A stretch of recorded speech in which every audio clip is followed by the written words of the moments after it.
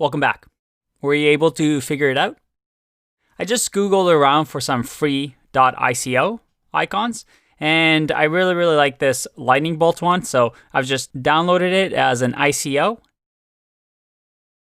And now it's in my folder over here as bolt.ico. Now, how were you able to solve this? If your first instinct was to Google for it, well, good job. That's what you want to do as a developer. You see over here that, well, Flask has documentation on how we can use it. Now, there's two ways to do it.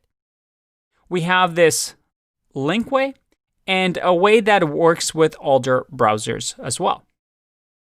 Now, this syntax might not be obvious to you, but let's use this method and then I'm going to show you what it actually does. So let's just copy and paste. So we go into our index.html, and in our link tag, I'm going to add this.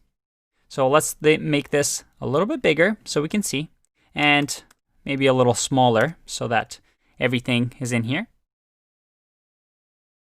And we see here that we have this syntax that we haven't seen before that's actually going to be used with Flask that we're going to talk about. But we see here that it's going to be for the static folder, and the file name is going to be favicon.ico. But mine is called bolt.ico, so let's just call it bolt.ico. That's the file name. And it should be in the static folder, so I'm going to move this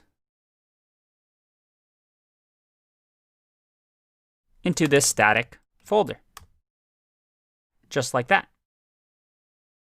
Now, if I just save here, I can actually comment this out, hit save, and see what happens. If I go back to my website and I refresh, hey, look at that. Do you see how I have a little bolt here? You see that the bolt.ico is now on my website. How cool is that? And I didn't really do anything crazy. I didn't even have to have an endpoint, which is really cool. Again, Flask, because a favicon is something so common, just makes it super easy for us so we don't have to clutter our code with a favicon endpoint. So I can just remove this.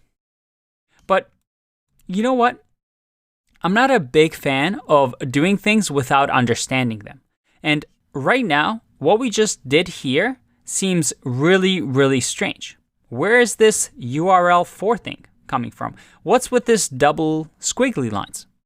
In the next video, we're going to find out what all of this means.